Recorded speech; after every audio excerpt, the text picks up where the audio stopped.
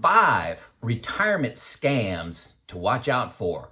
Hey, a friend of mine is a couple years from retiring and he's going through his planning and he asked me this question. Hey, Joe, what scams do I need to be on the lookout for?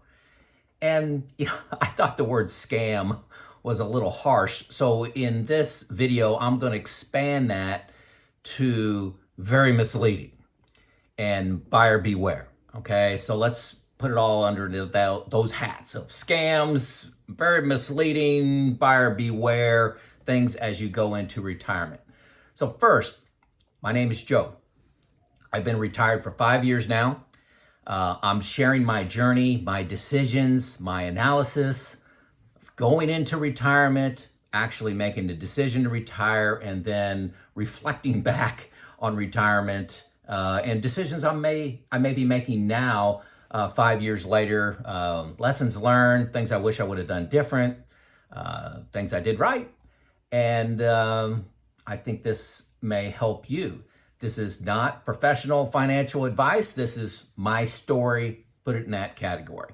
Okay, these are in no particular order. And I did a lot of research on this one, a little bit more than just my opinion rattling off here. And so the first one, 70% of people will need long-term care during their lifetime. Buy long-term care insurance today. Have you heard this one? Have you heard this the statistic 70%? It's everywhere. Everywhere you read, every article I looked at, and I'm going to link an article that I got most of this information from, look for it in the show notes, but 70% is the number everybody quotes. I'm not saying long-term care is bad, but the marketing is a little deceptive here. There's a term called activities of daily living. These are things like getting dressed, transferring, taking a shower, brushing your teeth, activities of daily living. Many people just need help with one of these. Let's say it's, brushing your teeth or getting dressed.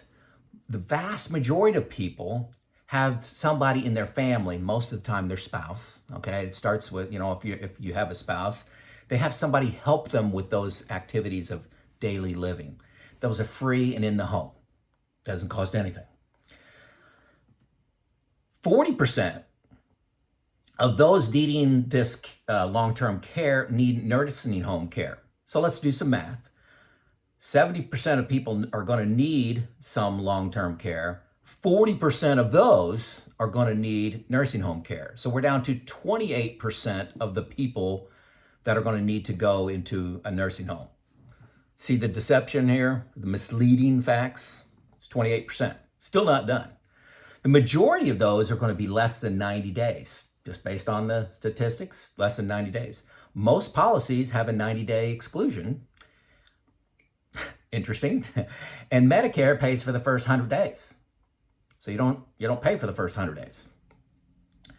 25% of those people that do go into the nursing home stay more than a year, 25%. So let's do the math again. 25% of the 28% of the people that actually go to a nursing home, that means 7% of the people stay a year or more. 7%. Big difference from 70%. Okay, so I got a little more math here. $8,000 a month is kind of a national average. Let's just round that up to $100,000 a year. So that's in today's dollars. Let's fast forward 25 years, the time that you may need long-term care. That's going to be $200,000 cost. Okay, remember Medicare pays the first 100 days, so we're going to take 27% of that off for what they pay. So your bill is $146,000. Okay, $146,000. That's what you need to be thinking about. So, and also some of them have, other policies have a maximum payout of, say, like the one I was looking at was $200,000. So if your premium is $300 a month, this was an average $2,400 a year for a person. If you're self-funding this, $300 a month, instead of giving it as a premium, put it in the S&P 500 fund. Say it only gets 7% for 25 years. You have $245,000 saved, and your bill was this $146,000 for the per year, or for the first year, 146 for the first year. Remember, Medicare brought that down by 27% for paying for the first 100 days. So you could easily fund the first year, easily yourself. Okay? So, and if you're married, the second person can use the home as, you don't need two places to live. If you're in a nursing home, you don't need your home anymore. So that can do the funding of it. So I'm not trying to say long-term care insurance is good or bad. I'm saying the sales technique in the 70% is very misleading. Look at the article. Let's see. What did I also? I'm not saying good or bad. It's also a common sales technique. Be prepared for this. For having the salesperson say, "Hey, wait a second. You have home insurance, right? You have a home insurance to protect you against something catastrophic happening to your house, like a fire, and you have a 1 in 200 chance of something destroying your house. That's 0.5%. Yet you have homeowners insurance." Now, if you have a mortgage, it's required, but you're only paying, let's say $800 a year for homeowners insurance versus $2,400 a year per person. That's almost $5,000 for a couple. So just be ready for that comment, the comparison between homeowners insurance and long-term care. Again, just eyes wide open, not good or bad, articles linked. Number 2, 11% returns guaranteed. Folks, I see this when I'm scrolling through YouTube, and I don't pay a whole lot of attention to it. I just see 11% fixed returns, and I'm like, and it just screams of Bernie Madoff, who guaranteed a 12% return, and all these people were just shoving money in there. Folks, if there's an 11% fixed return, I can't imagine that without significant risk that you don't know about. That's like loan shark money. So I run the other way. I don't click on the link. I don't want to get the spam associated with clicking on that link. So if you see a return that's in the neighborhood, that's double what the 10-year treasury is paying, you may be extra cautious with that. That seems a little misleading for the risk you have to take. Okay? Number 3. Now, don't get offended. I know I'm going to offend a few people in here, but hear me out. Annuities. Okay? And a specific piece of annuities. I'm not saying annuities are good or bad, so don't panic. I'm saying when they're being sold, cherry picking the dates. For example, the great financial crisis started, I believe it was October of 2007. So they'll randomly pick, September of 2007. We're going to put, if you would have bought this making 3% fixed plus whatever the S&P 500 returns on the positive side. So we're going to cap the bottom so you cannot lose money with the S&P 500. So if this S&P 500 goes down by 10%, yours stays at, right there, you lose 0, you stay at this 3%. And if it goes up, you can participate in, up to 6% or something like that. Cherry picking the dates is the point. Why did they pick those dates? Well, those dates, right at the beginning of 2 major crashes. Well, not 2 major crashes. That was the lost decade. So they may pick 2000 to 2010, and you got the dot-com and the great financial crisis in there. Let's just pick right before that. Well, is that going to be your luck? Is that going to be your reality? Know why people picked dates, and will that apply to you? Most likely not. So cherry picking the dates. Again, annuities not good or bad. Annuities are like you buying a pension. They take risk off the table. People ask me about annuities all the time.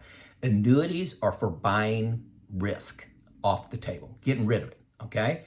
If the markets do good, annuities, didn't pay off so well. If the markets do bad, annuities look pretty good. So it's kind of market timing, but there are good people that say annuities, should be a part of your portfolio. My Social Security is my annuity. I have a small pension that is an annuity. I don't really see this fitting in for me. The point I'm wanting to make is be very cautious when you're buying an annuity when you look at the dates that are being provided to show you what it could potentially do for you. Challenge them with a few other dates. Like, say, pick 2010 to 2024 instead of 2000 to 2010. Cherry picking dates. Number 4, along with that same line of thinking of cherry picking dates, investment funds. You may walk into a financial advisor, they're going to show you that here's a fund that beat the S&P 500 during this, last 12-year period of time. It beat it by 3%. Expense ratio is, 1% or 1.5%. So it blows through that. So 3% beat the S&P. It only costs you 1% in the expense ratio. Pick this now. It's great. Well, folks, that's in hindsight, and that's cherry picking the dates. How did it do over longer periods of time? What's their stock picking technique, their methods? Do you think that's good or bad? My point is not whether an investment is good or bad, or actively managed or passively managed is good or bad. Be careful of cherry picking dates. It's always easy to look in the rear view mirror and say, look what this fund did the last 10 years. Just like, big tech and large growth, in the 2010 to 2024 time period. Hey, it looks great. But you look over time, over history, other classifications like value funds, small caps, those things have done well. Real estate, I'm visualizing that quilt of returns. And hopefully you've seen that before, but by year they'll have different colors for T-bills and small caps, mid caps, large caps, real estate, fixed incomes, cash. There might even be gold on there, but all the different ways you can invest money, and depending on the year, depending on the decade, who's going to win. Be careful of cherry-picked dates when somebody is selling you a fund, particularly if it has a high fee associated with it. And the last scam, and that's not really right for this. Let's say could be misleading and buyer beware. Let's put it under buyer beware. Buyer beware, scratch the other things. 1% assets under management is the only way to get linked up with a financial advisor. That's just not true. First thing, assets under management is negotiable. If they tell you 1%, wait for them to tell you the price first, and then say no to them at least 2 times. So walk out the door. They'll say, wait a second, let me go talk to my manager. Let me go talk to this person. They say, oh, no, not 1%. I can get you down to 0.75. You tell them no. Then they'll come back and they'll say, the lowest I can do is 0.6. Well, that's possible. I've seen it, okay? And I've talked to several people that have been able to negotiate down assets under management. And just as an example, 1% asset under management on $800,000 is $8,000 a year. With $800,000 a year to get good, sound financial advice doesn't sound that bad. But you compound that, impact is hundreds of thousands of dollars. Here's an example. Let's say that how did I do this? Okay, let's say you're able to you've got $800,000 and you invest that, you're making 8% on it. Just humor me. 8% on $800,000. 1% assets under management. After, gosh, how many years? I didn't write down the number of years I did this for. I think it was 25 years. I may have put 30 in there, but I think it was 25 years. $800,000, making 8%, paying 1% asset under management fee, has a total at the end of $4.34 million. No withdrawal, just $4.34 million. A .6 assets under management, okay, went from 1 to 0.6, has 4.77 final net worth. That's a difference of $430,000 over that 25-year period. $430,000 just in fee negotiation, okay? So that's worth watching a video right there. $430,000 over your lifetime. I got a link to a calculator that I'll include where I did this math, and you can enter whatever you want to enter. Also keep in mind that Vanguard has a service. For a financial advisor, you talk to them virtually, it's 0.3%. So you can contact those guys. Also, you can consider doing just a fixed price. You can sit down with a financial advisor, maybe for $2,500. They'll give you a comprehensive plan, one time only. They'll deep dive into your plan, and then maybe they'll charge you $1,000 a year to kind of regroup on that to see if anything needs to be tweaked. Well, that's a lot cheaper than $8,000 a year. You're going to need some self-management for that. It's not the full service. You're going to, have to do some work, but it's going to be worth a lot of money. Working with a financial advisor could be the greatest thing you've ever done. But don't think that you have to pay the assets under management that they quote to you, okay? If you're not wanting to do a lot of work on your own, a lot of research, a lot of studying, a lot of understanding the terms, when to take Social Security, what is sequence of return risk, where should I put this money, what's safe money, what's long-term money. A lot of things go into a retirement plan, and hiring a financial advisor could be the best thing you ever did. I really, really, truly mean that. But does it have to be 1% assets under management? Absolutely not. So there you go. Those are my 5 very misleading sales traps you can avoid, save you a lot of money. Did I miss one?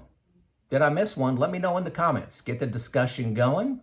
Hopefully I didn't offend too many people. I know there's a lot of annuity people out there. I was not trying to offend the annuity people. I'm just saying, watch the sales techniques. Same thing with long-term care. Watch the sales techniques.